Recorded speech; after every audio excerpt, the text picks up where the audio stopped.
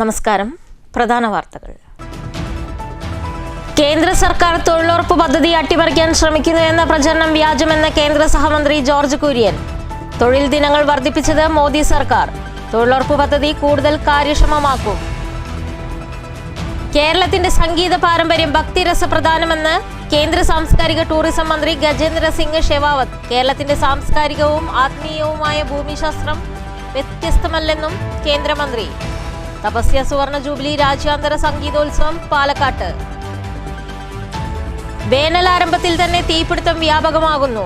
പാലക്കാട് കല്ലേക്കാട് സംസ്ഥാന പാതയോരത്ത് പുൽക്കാടിന് തീപിടിച്ചത് പരിഭ്രാന്തി പടർത്തി. കുളപ്പുള്ളിയിൽ വഴിയോര പഴസ്റ്റാളിൽ തീപിടുത്തം. കട പൂർണ്ണമായും കത്തിനശിച്ചു. ഷൊർണൂർ സെന്റ് ആഗ്നസ് ദേവാലയത്തിൽ തിരുനാൾ ആഘോഷ നിറവ്. ആഘോഷത്തിൽ സജീവമായി വിശ്വാസികൾ. ഞായറാഴ്ച തിരുനാൾ കുർബാനയും പ്രദക്ഷിണവും നടന്നു. വാർത്തകൾ വിശദമായി. തൊഴിലുറപ്പ് തൊഴിലാളികളുടെ തൊഴിൽ ദിനങ്ങൾ 36-ൽ നിന്ന് 100-ആയും 100-ൽ നിന്ന് 125-ആയും വർദ്ധിപ്പിച്ചത് നരേന്ദ്രമോദി സർക്കാർ എന്ന് കേന്ദ്രമന്ത്രി ജോർജ് കുര്യൻ. 33,000 കോടിയിൽ നിന്ന് 1,51,000 കോടിയിലേക്ക് തൊഴിലുറപ്പ് തൊഴിലാളികൾക്ക് മാറ്റിവെച്ചതും 162 രൂപയിൽ നിന്ന് 369 രൂപയായി വർദ്ധിപ്പിക്കാനായതും നരേന്ദ്രമോദി സർക്കാർ എന്നും ജോർജ് കുര്യൻ പറഞ്ഞു. തൊഴിലുറപ്പ് ദിനങ്ങൾ വർദ്ധിപ്പിക്കുന്നതിനും അത് ഉറപ്പുവരുത്തുന്നതിനും സർക്കാർ പ്രതിജ്ഞാബദ്ധമാണെന്നും തൊഴിലാളികളെ ആസ്തി വികസന മേഖലയുമായി ബന്ധപ്പെടുത്തി ആസ്തി വികസിപ്പിക്കുക എന്ന ലക്ഷ്യം കൂടുതൽ കാര്യക്ഷമമാക്കുമെന്നും മന്ത്രി കൂട്ടിച്ചേർത്തു. ഒരു വർഷം തൊഴിലെടുക്കുന്ന സംവിധാനമായിരുന്നു ഉണ്ടായിരുന്നത്. അന്ന് എസ്റ്റിമേറ്റ് ചെയ്തിരുന്നത്, അതിനുവേണ്ടി തുക വെച്ചിരുന്നത് 33,000 കോടി രൂപയാണ്. 36 ദിവസവും അതുപോലെ തന്നെ 33 കോടി രൂപയും. നരേന്ദ്രമോദി സർക്കാർ അധികാരത്തിൽ വരുന്ന അവസരത്തിൽ സാഹചര്യം അതായിരുന്നു. അന്ന് കൊടുത്തുകൊണ്ടിരുന്ന കൂലി 162 രൂപയാണ് ഒരു ദിവസം. ഇന്ന് ഈ സ്ഥാനത്ത് നരേന്ദ്രമോദി അധികാരത്തിൽ വന്നതിന് ശേഷം 100 ദിവസമായിട്ട് അത് വർദ്ധിപ്പിച്ചു. ഇന്നത്തെ കേരളത്തിലെ കൂലി എന്ന് പറയുന്നത് 369 രൂപയാണ്. അറിയാമല്ലോ, അതെല്ലാ സംസ്ഥാനങ്ങളിലും വ്യത്യസ്തമായിട്ടുള്ള രീതിയിലായി 369 രൂപയാണ്. ഈ ആക്ടിലൂടെ 100 എന്നുള്ളത് 125 വർദ്ധിച്ചു. 125 ദിവസമായിട്ട് വർദ്ധിച്ചു. അതായത് നരേന്ദ്രമോദി അധികാരത്തിൽ വരുന്ന അവസരത്തിലും ഇപ്പോഴുമായിട്ട് താരതമ്യം ചെയ്താൽ അന്ന് വർഷം 36 ഡേയ്സ് ആയിരുന്നു, ദിവസങ്ങളായിരുന്നു ജോലി ഉണ്ടായിരുന്നതെങ്കിൽ ഇന്ന് 125 ദിവസമായിട്ട് വർദ്ധിച്ചിരിക്കുന്നു. 125 ദിവസമായിട്ട് വർദ്ധിച്ചിരിക്കുന്നു. അതുപോലെ തന്നെ അന്ന് കൂലി 162 രൂപയായിരുന്നുവെങ്കിൽ ഇന്ന് 369 രൂപയായിട്ട് വർദ്ധിച്ചിരിക്കുന്നു. അന്ന് 33,000 കോടിയായിരുന്നുവെങ്കിൽ 33,000 കോടിയായിരുന്നുവെങ്കിൽ മാറ്റിവെച്ചിരുന്നെങ്കിൽ ഇപ്പോഴ് 1,51,000 കോടിയാണ്. 1,51,000 കോടിയാണ് ഇപ്പോൾ ഇതിനു വേണ്ടി മാറ്റിവെച്ചിരിക്കുന്നത്. ഇതാണ് വ്യത്യാസം. കാരണം തൊഴിലവസരങ്ങൾ കൂടുതൽ കൊടുക്കുന്നു, അത് ഉറപ്പുവരുത്തുന്നു. മറ്റൊന്ന്, നേരത്തെ ഇത് ഗ്രാമീണ തലങ്ങളിൽ പ്രവർത്തിച്ചിരുന്നു. തീർച്ചയായിട്ടും അതിൻ്റെതായിട്ടുള്ള ഗുണങ്ങൾ തൊഴിലാളികൾക്ക് കിട്ടിയിട്ടുണ്ട്. ഇപ്പോൾ മുന്നോട്ട് വെക്കുന്നത് ഈ ചെയ്തുകൊണ്ടിരുന്ന പ്രവൃത്തികൾ ആസ്തി രൂപത്തിലാക്കുക എന്നുള്ളതാണ്. നേരത്തെ പലപ്പോഴും കുഴിക്കുകയും പിന്നീട് അത് മൂടുകയും ചെയ്യുന്ന രീതികളൊക്കെ ഉണ്ടായിരുന്നു. ഇനി അത് സ്ഥിരമാക്കുന്നതിന് വേണ്ടി ആസ്തിയാക്കി മാറ്റുക. അതിനുവേണ്ടി ഉദ്ദേശിക്കുന്ന 4 മേഖലകൾ. ഒന്ന്, ഈ ജലസുരക്ഷ ഉറപ്പാക്കുന്നതിന് വേണ്ടി, അത് കുടിവെള്ളവും അതുപോലെ തന്നെ ജലസേചനത്തിനുമുള്ള ജലസുരക്ഷ. BJP സംസ്ഥാന vice president C Krishnakumar, Palakkad BJP east ജില്ലാ പ്രസിഡന്റ് പ്രശാന്ത് ശിവൻ എന്നിവർ മന്ത്രിക്കൊപ്പം വാർത്താസമ്മേളനത്തിൽ പങ്കെടുത്തു. കേരളത്തിന്റെ സംഗീത പാരമ്പര്യം ഭക്തിയുടെ പാരമ്പര്യവുമായി ഒന്നിച്ചു പോകുന്നതാണെന്ന് കേന്ദ്ര സാംസ്കാരിക ടൂറിസം വകുപ്പ് മന്ത്രി ഗജേന്ദ്ര സിംഗ് ഷെവാവത്ത്. കേരളത്തിന്റെ സാംസ്കാരിക ഭൂമിശാസ്ത്രം അതിന്റെ ആത്മീയ ഭൂമിശാസ്ത്രത്തിൽ നിന്നും വ്യത്യസ്തമല്ലെന്നും കേന്ദ്രമന്ത്രി പറഞ്ഞു. തപസ്യ സുവർണ ജൂബിലി രാജ്യാന്തര സംഗീതോത്സവം പാലക്കാട്ട് ഉദ്ഘാടനം ചെയ്ത് സംസാരിക്കുകയായിരുന്നു അദ്ദേഹം. കലയും ഭക്തിയും ജീവിതത്തിന്റെ സാരം എന്ന് പഠിപ്പിക്കുന്ന നാടാണ് കേരളം. കേരളത്തിൻ്റെ സാംസ്കാരിക ഭൂമിശാസ്ത്രം അതിൻ്റെ ആത്മീയ ഭൂമിശാസ്ത്രത്തിൽ നിന്ന് വ്യത്യസ്തമല്ല. ഗുരുവായൂർ മുതൽ ചോറ്റാനിക്കര വരെ കേരളത്തിലെ മുഴുവൻ ക്ഷേത്രങ്ങളും സംഗീതം എന്നത് വെറുമൊരു പ്രദർശനമല്ല എന്ന് തെളിയിക്കുന്നതാണെന്നും കേന്ദ്രമന്ത്രി പറഞ്ഞു. As this land so beautifully says, Kalayum Bhaktiyum Jeevitante Saramannu. Art and devotion together form the essence of life. Respected dignitaries, Kerala's cultural geography is inseparable from its sacred geography. From Guruvayur to Vadakkunathan to Chattanakara and countless village temples, music here has always flowed as offering, not as an exhibition. Tapasya സംസ്ഥാന working president professor PG Haridas അധ്യക്ഷത വഹിച്ചു. ദേശീയ അധ്യക്ഷൻ doctor Mysore Manjunath, Palakkad നഗരസഭാ അധ്യക്ഷൻ P. Smithesh, സംഗീത സംവിധായകൻ ഔസേപ്പച്ചൻ എന്നിവർ സംസാരിച്ചു. കേരളത്തിലെ പ്രഗത്ഭരായ നൂറുകണക്കിന് സംഗീതജ്ഞർ പങ്കെടുക്കുന്ന ത്യാഗരാജസ്വാമി പഞ്ചരത്ന കീർത്തനാലാപനത്തിന് മന്ത്രി പങ്കെടുത്തു.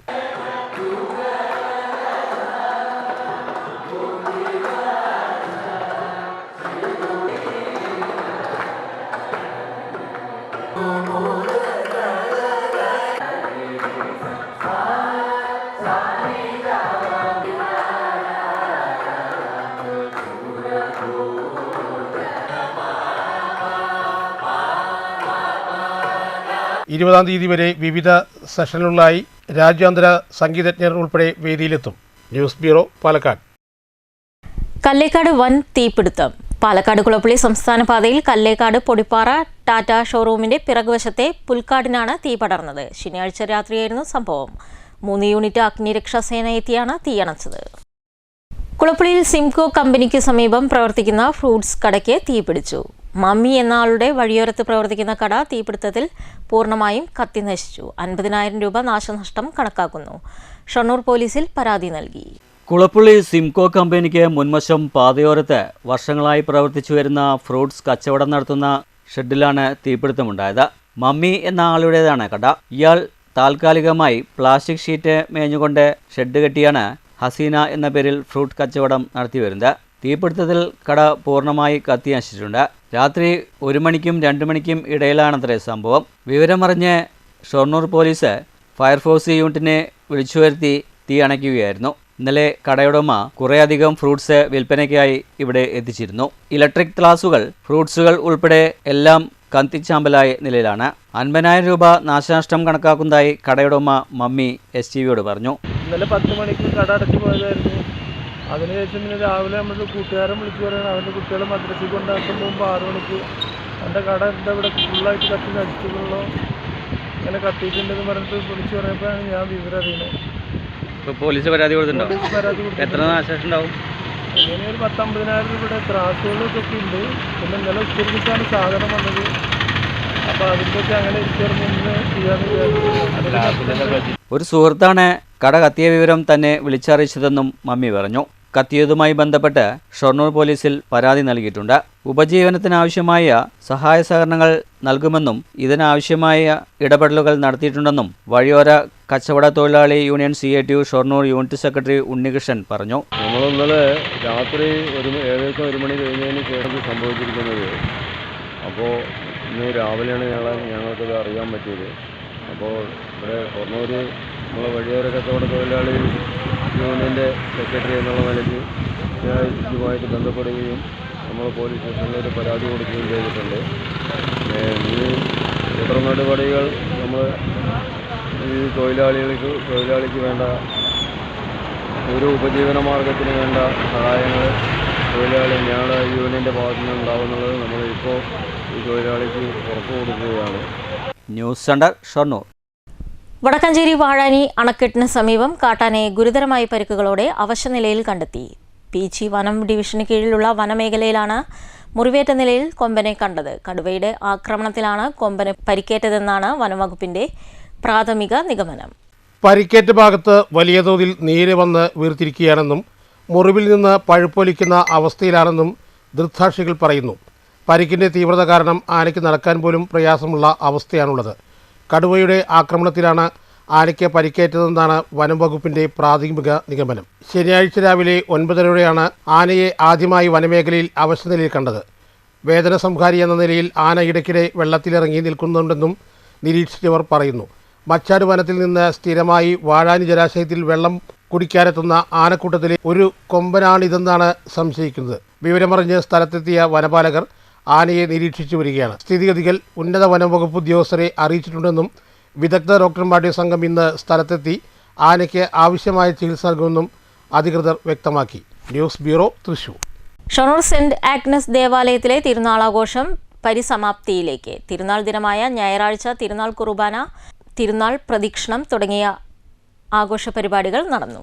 ഷൊർണൂർ സെന്റ് ആഗ്നസ് ദേവാലയത്തിൽ നടന്നുവരുന്ന വിശുദ്ധ ആഗ്നസിന്റെയും വിശുദ്ധ സെബാസ്ത്യോനസിന്റെയും സംയുക്ത തിരുനാൾ ആഘോഷ പരിപാടികൾ പരിസമാപ്തിയിലേക്ക്. തിരുനാൾ ദിനമായ ഞായറാഴ്ച രാവിലെ കുടുംബങ്ങളിലേക്ക് അമ്പെഴുന്നള്ളിപ്പ് നടന്നു. തുടർന്ന് വൈകിട്ട് ആഘോഷമായ തിരുനാൾ കുർബാന, നൊവേന, ലതീഞ്ഞ്, സന്ദേശം എന്നിവയും ഉണ്ടായിരുന്നു. ഫാദർ സോളമൻ മാമ്പുഴയ്ക്കൽ, ഫാദർ ജോൺ കാട്ടുകുടിയിൽ എന്നിവർ ചടങ്ങുകൾക്ക് കാർമ്മികത്വം നൽകി.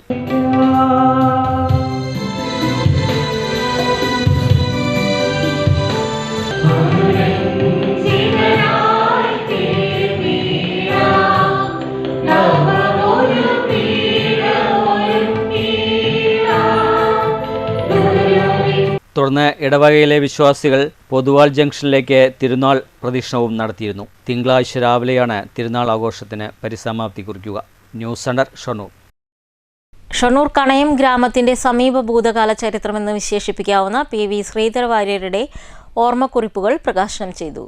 ഒരു നാടിന്റെ നാൾവഴികൾ എന്ന പുസ്തകത്തിന്റെ പ്രകാശനം കണയം വായനശാല അങ്കണത്തിൽ ഷൊർണൂർ നഗരസഭാ ചെയർപേഴ്സൺ അഡ്വക്കേറ്റ് P. നിർമ്മല നിർവഹിച്ചു.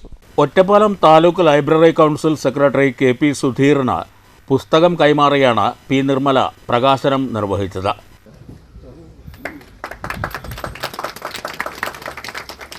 ഗ്രാമത്തിന്റെ വായനശാലയാണത്.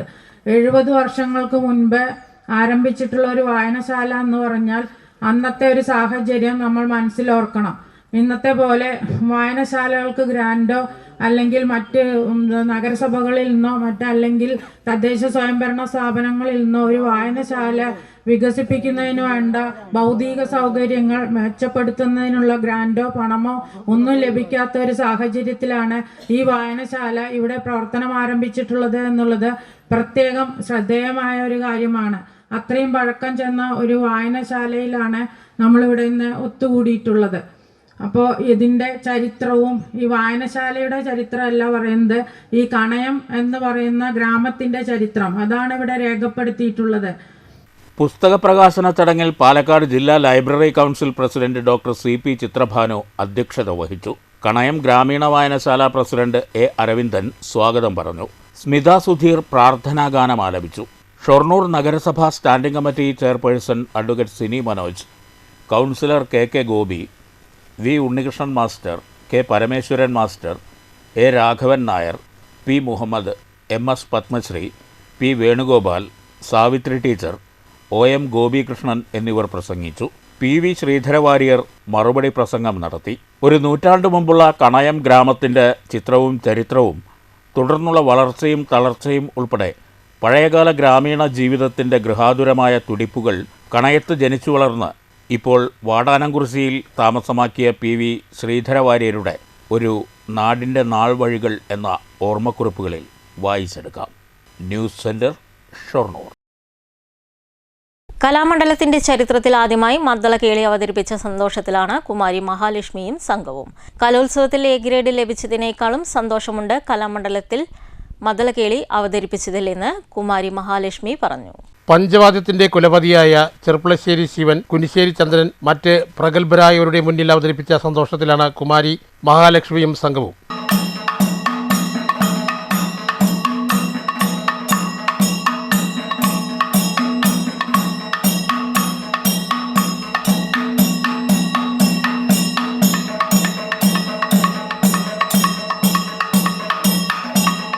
കലാമണ്ഡലത്തിൽ പഞ്ചവാദ്യത്തിൽ പെൺകുട്ടികൾ ഇതുവരെ മദ്ദളക്കേളി നടത്തിയിട്ടില്ല. കാരണം മദ്ദളം വളരെയധികം ഭാരം കൂടിയതുകൊണ്ട് പെൺകുട്ടികൾ ഈ കലാരംഗത്തേക്ക് അപൂർവമായിട്ടേ വരാറുള്ളൂ. കലാമണ്ഡലം കൂത്തമ്പലത്തിൽ നടന്ന അപ്പുകുട്ടി പൊതുവാൾ വാർഷികവും അനുസ്മരണ പുരസ്കാര സമർപ്പണത്തിലാണ് മദ്ദള കലാകാരൻ സദനം ഭരതരാജന്റെ 2 മക്കളിൽ മൂത്തവളാണ്. അച്ഛനാണ് മദ്ദളത്തിന്റെ ആശാൻ. ചെറുപ്പം മുതലേ അച്ഛന്റെ ശിക്ഷണത്തിൽ പഠിച്ച പെരിങ്ങോട് +2 പഠിക്കുന്നതിന്റെ ഭാഗമായി സംസ്ഥാന കലോത്സവത്തിൽ പഞ്ചവാദ്യത്തിൽ A ഗ്രേഡ് കിട്ടിയ സന്തോഷത്തിലാണ് ഈ മിടുക്കി. അതിനുശേഷം ആണ് കലാമണ്ഡലത്തിൽ അവതരിപ്പിച്ചത്. ഞാൻ 2 വർഷമായി സംസ്ഥാന കലോത്സവത്തിൽ പങ്കെടുക്കുന്നുണ്ട്. 10ാം ക്ലാസ് കഴിഞ്ഞ സമയത്താണ് പഠിക്കാൻ തുടങ്ങി. അച്ഛൻ്റെ അടുത്ത് തന്നെയാണ് പഠിക്കണത്. പിന്നെ കലാമണ്ഡലത്തിൽ കൊട്ടൊരു അവസരം കിട്ടി, സന്തോഷം. അച്ഛൻ്റെ പേര് സദനം ഭരതരാജൻ, അമ്മ ശ്രീകല. ഞാൻ ഒരു 2 വർഷം ആവണുള്ളൂ പഠിക്കാൻ തുടങ്ങിയിട്ട്. മകളുടെ മദ്ദള കേളി കാണാൻ 100 കണക്കിന് ആളുകൾ എത്തിയിരുന്നു. കൂടാതെ മാതാവും പിതാവും കലാമണ്ഡലത്തിൽ എത്തിയിരുന്നു. കാരണം ആശാമാരൊക്കെയുള്ള സ്ഥലമല്ലേ, മാത്രമല്ല അങ്ങനെ ഒരു സ്ഥാപനത്തിൽ വന്നിട്ട് കൊട്ടുമ്പോൾ അത് തെറ്റിച്ച് കൊട്ടണം പാടില്ലല്ലോ. അപ്പോൾ അതൊക്കെ നന്നായി കാര്യം. പിന്നെ ഒപ്പം താളം പിടിച്ചവരും നല്ല സഹകരിച്ച് താളം പിടിച്ചു. അത് അതിലേറെ പ്രധാനം ആണ്. വെറുതെ പറയല്ല, കാരണം അത് അങ്ങനെയാണ് കൃത്യമായിട്ട് ചെയ്യാൻ പറ്റുള്ളൂ. ഒക്കെ നന്നായി അവർ ആശാമാരുടെ മുമ്പിൽ നന്നായിട്ട് അവതരിപ്പിക്കാൻ പറ്റി. News bureau, Cheruthuruthy. കഥകളി മദ്ദളത്തിലെ അദ്വിതീയനായ കലാമണ്ഡലം അപ്പുക്കുട്ടി പൊതുവാൾ മെമ്മോറിയൽ ട്രസ്റ്റിന്റെ 14ാം വാർഷികവും അനുസ്മരണവും പുരസ്കാര സമർപ്പണവും ചെറുതുരുത്തി കേരള കലാമണ്ഡലം കൂത്തമ്പലത്തിൽ നടന്നു. മഹാലക്ഷ്മിയും സംഘവും അവതരിപ്പിച്ച മദ്ദള കേളിയോടെയാണ് ചടങ്ങുകൾക്ക് തുടക്കം കുറിച്ചത്. അരങ്ങത്ത് മാത്രമല്ല, ആരെങ്കിലും ജീവിതത്തിലും കൃഷ്ണൻകുട്ടി പൊതുവാളും അപ്പുക്കുട്ടി പൊതുവാളും സഹോദരങ്ങളെ പോലെ തന്നെയായിരുന്നു. അങ്ങനെ കലാമണ്ഡലത്തിൻ്റെ ആ ഒരു സുവർണകാലമുണ്ടായിരുന്നു. കലാമണ്ഡലം രാമൻകുട്ടി നായർ, കൃഷ്ണൻകുട്ടി പൊതുവാള്, അപ്പുക്കുട്ടി പൊതുവാള്, നീലകണ്ഠൻ നമ്പീശനവറുകൾ, അങ്ങനെ മഹാരാജന്മാരൊക്കെ പത്മാശാൻ, അങ്ങനെ അപ്പുക്കുട്ടി പൊതുവാളാശാൻ്റെ ആ കാലഘട്ടത്തിലുണ്ടായിരുന്ന ആ ഒരു കലാമണ്ഡലത്തിലേക്ക് തിരിഞ്ഞു നോക്കുമ്പോൾ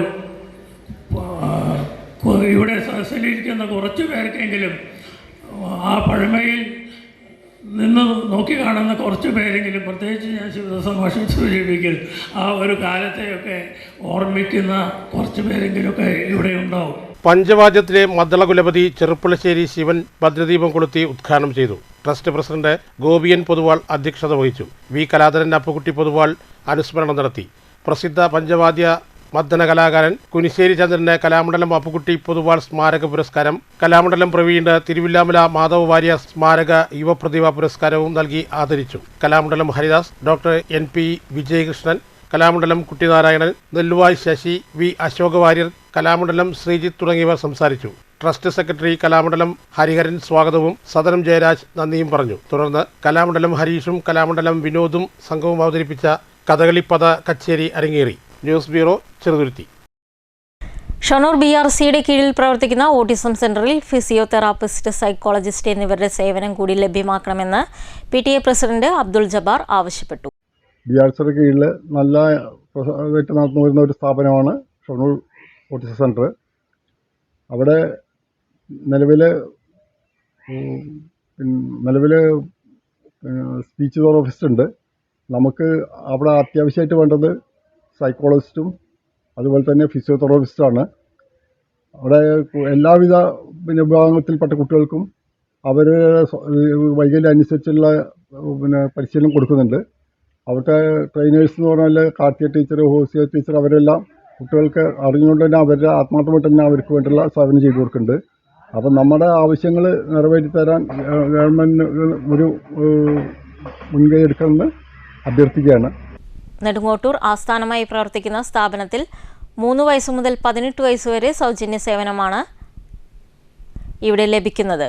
നിലവിൽ 16ഓളം വിദ്യാർത്ഥികൾ ഇവിടെ പഠിക്കുന്നുണ്ട്. ജീവിത പ്രാരാബ്ദങ്ങൾക്കിടയിലും സത്യസന്ധത കാത്തുസൂക്ഷിച്ച വിനോദിന്റെ പ്രവൃത്തിയിൽ പരക്കെ പ്രശംസ. ബസ് ക്ലീനറായി ജോലി ചെയ്യുന്ന വിനോദ് ജോലിക്കിടയിൽ ബസ്സിൽ നിന്നും വീണ് കിട്ടിയ 2.5 പവൻ സ്വർണ്ണമാല ഉടമയ്ക്ക് കൈമാറിയാണ് തന്റെ സത്യസന്ധത തെളിയിച്ചത്. കോട്ടായി ചമ്പ്രക്കുളം സ്വദേശിയാണ് വിനോദ്.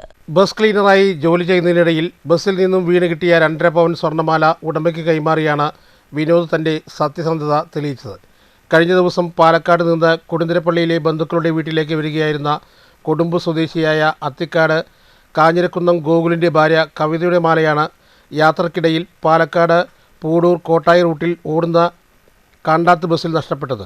ഇതേ ബസ്സിലെ ക്ലീനറായ കോട്ടായി ചമ്പ്രക്കുളം സ്വദേശി വിനോദിന് ലഭിച്ച മാല ഉടമയെ കണ്ടെത്താനായി കോട്ടായി പോലീസ് സ്റ്റേഷനിൽ ഏൽപ്പിച്ചു.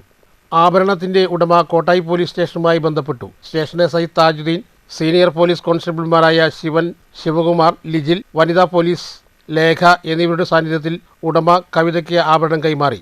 ഏറെ പ്രയാസങ്ങൾക്കിടയിലും അർഹതപ്പെടാത്തതൊന്നും തനിക്ക് അവകാശപ്പെട്ടതല്ലെന്ന് ജീവിതത്തിലൂടെ തെളിയിച്ച ബസ് ക്ലീനർ വിനോദിനെ ആഭരണ ഉടമയും ബന്ധുക്കളും പോലീസുകാരും പ്രശംസിച്ചു. News bureau, Kottayi.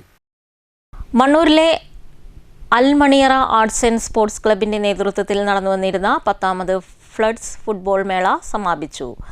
മത്സരത്തിൽ ബ്രദേഴ്സ് ക്ലബ്ബ് പത്തിരിപ്പാല ജേതാക്കളായി. ഫുട്ബോൾ മേളയിൽ നിന്ന് കിട്ടിയ വരുമാനം നിർധനരായ രോഗികൾക്ക് വിതരണം ചെയ്യുമെന്ന് ക്ലബ്ബ് രക്ഷാധികാരി SJN നജീബ് പറഞ്ഞു. കോസ്മോ ക്ലബ്ബ് മങ്കട റണ്ണേഴ്സായി. സമനിലയിലെത്തിയതോടെ ഷൂട്ടൌട്ടിലൂടെയാണ് ബ്രദേഴ്സ് ക്ലബ്ബ് പത്തിരിപ്പാല ജേതാക്കളായത്. സമാപനവും സമ്മാന വിതരണവും മങ്കര SI അനൂജ് ജോയ് നിർവഹിച്ചു. ക്ലബ്ബ് രക്ഷാധികാരിയും മണ്ണൂർ പഞ്ചായത്ത് സ്റ്റാൻഡിംഗ് കമ്മിറ്റി ചെയർമാനുമായ SJN നജീബ് അധ്യക്ഷത വഹിച്ചു. പൂർത്തിയായി. ഇന്നലെ 4 മണിയോടുകൂടി നമ്മുടെ സ്റ്റേഡിയത്തിലുള്ള 1 കോടിയുടെ അനുമതി കിട്ടുകയും അത് ടെൻഡർ നടപടി ഏറ്റെടുത്ത് കെല്ല് എന്ന് പറയുന്ന കമ്പനി ടെൻഡർ നടപടി ഏറ്റെടുത്തതിൻ്റെ റെസിപ്റ്റും അതിൻ്റെ എന്താ പറയുക ഒപ്പുവെച്ച കടലാസും എല്ലാം ബഹുമാനപ്പെട്ട MLA ഇന്ന് രാവിലെ അയച്ചു തന്നിട്ടുണ്ട്. ഞാനത് ബന്ധപ്പെട്ട ക്ലബിൻ്റെ ഗ്രൂപ്പുകൾക്ക് കൈമാറിയിട്ടുണ്ട്. വലിയൊരു സന്തോഷമാണ്. അടുത്ത ഒരു കളി, ഇനിയൊരു കളി നടക്കുമ്പോൾ ഇപ്പോൾ നമ്മുടെ പ്രാരംഭ പ്രവർത്തനങ്ങൾ പകുതിയോളമായി നിൽക്കുകയാണ്. അതെന്തായാലും ഇനി നമ്മുടെ അടുത്ത കളി ദൈവം സഹായിക്കട്ടെ. ഫുട്ബോൾ മേളയുടെ ഉദ്ഘാടനം മണ്ണൂർ പഞ്ചായത്ത് പ്രസിഡന്റ് TR ശശി നിർവഹിച്ചു. ചടങ്ങിൽ മണ്ണൂർ പഞ്ചായത്ത് അംഗങ്ങളായ ഹുസൈൻ ഷഫീഖ്, PM അൻവർ സാദിഖ്, അബു താഹിർ പീടികയിൽ, ഹമീദ്, മുൻ പഞ്ചായത്ത് അംഗം സുജിത് കുമാർ എന്നിവർ സംസാരിച്ചു. കുഴഞ്ഞു വീണ രോഗിയെ ആശുപത്രിയിലെത്തിച്ച നീലിമ ബസ് ജീവനക്കാരെയും അബാക്കാസ് പരീക്ഷയിൽ മണ്ണൂരിനെ വിജയക്കുതിപ്പിലേക്ക് എത്തിച്ച അബാക്കാസ് അധ്യാപിക സജീന സലാമിനെയും ചടങ്ങിൽ ആദരിച്ചു. Hameed Akthikkal, Noushad, Umar Farooq, Hakeem, club president Farooq, secretary Shameer, Ashif, Ashraf, Sajid, Dinil, Mujeeb, Siraj എന്നിവർ സംസാരിച്ചു.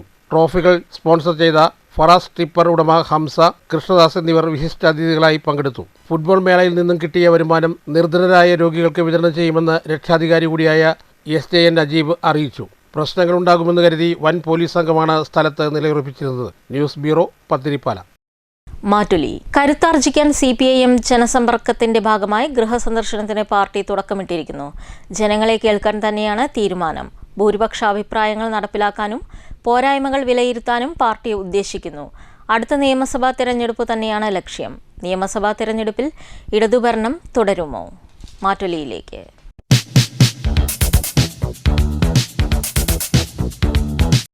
തീർച്ചയായിട്ടും മൂന്നാം ഭരണം കാഴ്ചവെക്കുന്നതിനാണ് ഇത്രയും വികസനം നടന്ന ഒരു കാലഘട്ടം ഉണ്ടായിട്ടില്ല. കൂടാതെ വിഴിഞ്ഞം ക്രമമായാലും ബോണ്ടുകളായാലും നമ്മുടെ പാവപ്പെട്ടവർക്ക് പെൻഷൻ കൂടുതൽ കൊടുത്തുകൊണ്ടായാലും പറഞ്ഞ പരിപാടികൾ ഏകദേശം നടപ്പാക്കിക്കൊണ്ടുപോകുന്ന ഒരു ഗവൺമെൻറ്റായിട്ടാണ് വീണ്ടും നടക്കുന്നത്. പ്രധാന വാർത്തകൾ ഒരിക്കൽ കൂടി. കേന്ദ്ര സർക്കാർ തൊഴിലുറപ്പ് പദ്ധതി അട്ടിമറിക്കാൻ ശ്രമിക്കുന്നു എന്ന പ്രചരണം വ്യാജമെന്ന് കേന്ദ്ര സഹമന്ത്രി ജോർജ് കുര്യൻ. തൊഴിൽ ദിനങ്ങൾ വർദ്ധിപ്പിച്ചത് മോദി സർക്കാർ. തൊഴിലുറപ്പ് പദ്ധതി കൂടുതൽ കാര്യക്ഷമമാക്കും. കേരളത്തിന്റെ സംഗീത പാരമ്പര്യം ഭക്തിരസപ്രധാനമെന്ന് കേന്ദ്ര സാംസ്കാരിക ടൂറിസം മന്ത്രി ഗജേന്ദ്ര സിംഗ് ഷെവാവത്ത്. കേരളത്തിന്റെ സാംസ്കാരികവും ആത്മീയവുമായ ഭൂമിശാസ്ത്രം വ്യത്യസ്തമല്ലെന്നും കേന്ദ്രമന്ത്രി. തപസ്യ സുവർണ ജൂബിലി രാജ്യാന്തര സംഗീതോത്സവം പാലക്കാട്ട്. വേനലാരംഭത്തിൽ തന്നെ തീപിടുത്തം വ്യാപകമാകുന്നു.